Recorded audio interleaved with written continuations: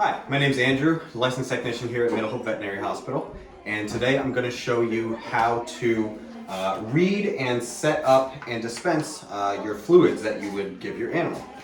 So to start, this is our lactated ringers, or the fluids that you would be giving your animal. This comes in a 1,000 ml bag. Ideally, when you're giving these fluids, you do want to hang them higher than your pet.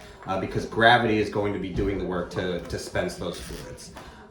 To start, I'm just going to go over how to read this bag and how to operate the line that it gets hooked up to. So like I said, 1,000 mLs in this bag.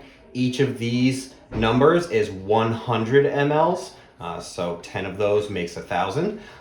So it's not exact, but it is a pretty good estimate. I mean, when you're off by 5 or 3 mLs, out of 100, it's really not the biggest deal.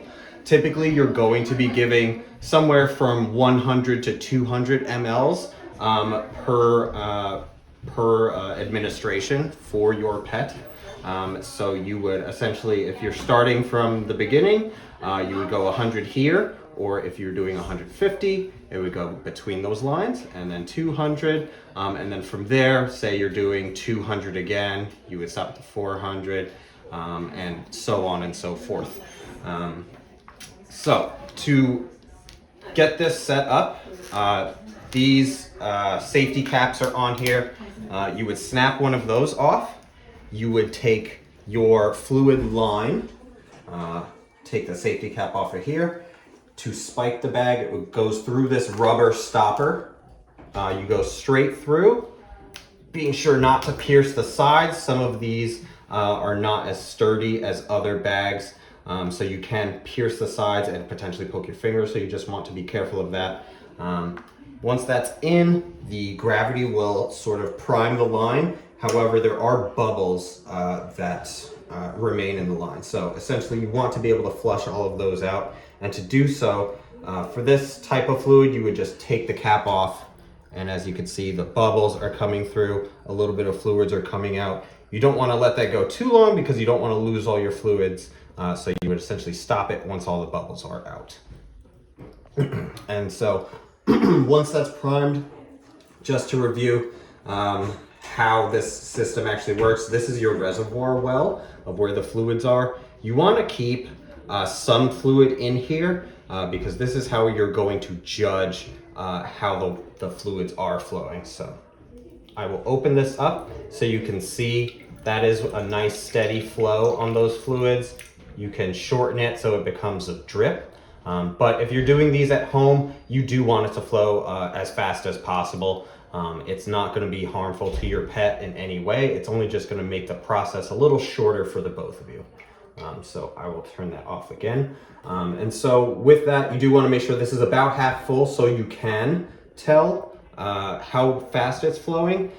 Sometimes if you're putting this down or keeping it in a drawer or something, it might fill up with fluid and be completely full like that. In order to make it so it's halfway full, you would simply take your bag, flip it upside down, give it a few squeezes to allow some air to get back into that well, flip it back upside down like that, and there you have it. You are able to see your flow rate once again.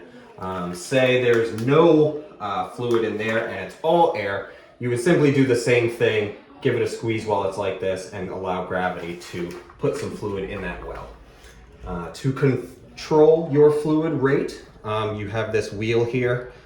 Essentially, it's just a pinch line. All it does is have this wheel that when fully brought down, it's pinching the line completely closed. As you wheel this back up, it is undoing that sort of pinching action a little bit. So this is about halfway, so that's why you see this flowing now.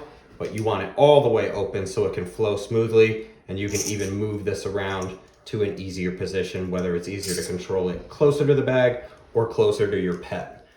So again, all the way down to close it off, we've stopped flowing. You are going to be putting needles on before you give these fluids to your pet. The way to do that It has a lure lock mechanism is what it's called. So essentially it screws on to the needle that you would place. This is an 18 gauge needle.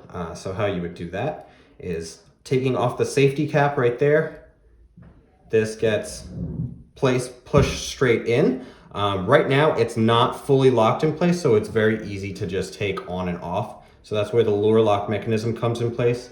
You twist that on, and from there, if you pull on it, the cap comes off, not the needle itself. And very important, when you are taking the cap off, you pull it straight off with confidence. Last thing you want to do is be hesitant about it and then pull and not give it too much tension where it comes off. And then what happens is it comes off all of a sudden, and your natural human reaction is to go backwards and you end up poking your own finger. So just be mindful of that. Pull it straight off with confidence always. Put the cap back on if you're not immediately placing this under your pet's skin. To take it off, just the opposite. When you're putting on a fresh needle, you would undo that screw mechanism here. A lot of times, if you go to pull it straight off, sometimes it's a little snug on the line here. So what you would do is just twist the needle off just so it breaks free. From there, you put a fresh needle on always before you do the next administration. So you can do that either before or after you finish giving your pet their fluids, just so you have a clean needle on there always. So I'm gonna show you how to measure the fluids in the bag. So I described what these notches mean, but I'll show you what that actually looks like when you open this line. So once this is under your pet's skin, which will be shown to you in another video, let's just pretend this is under their skin. Everything is ready. You're ready to open your wheel here. Note where your fluids are on the bag when you start, because that is how you're measuring how much you're giving. So let's say your pet needs 100 mLs. We would go to the 100 line. If they need 200 mLs, the 200 line. But I'll show you what it looks like, say, if they need 150 mLs of fluid.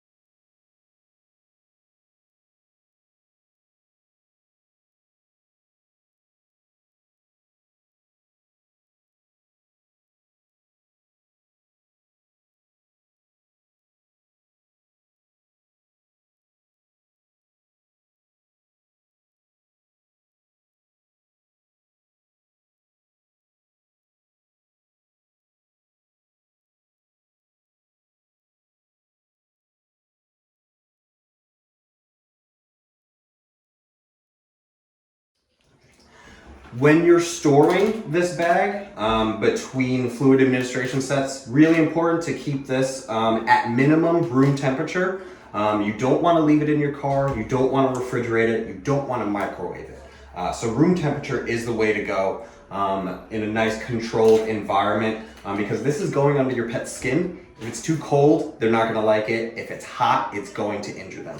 So that's why it's very important you keep this at room temperature. I believe it even says on the bag the proper storage methods. But yes, definitely do not keep it in your car or something. If you do accidentally leave it in your car, say after you take it home, just make sure you let it sit at home on the counter or something for like an hour before you actually use it. Because again, this is going under your pet's skin and you want it to be a comfortable experience for them.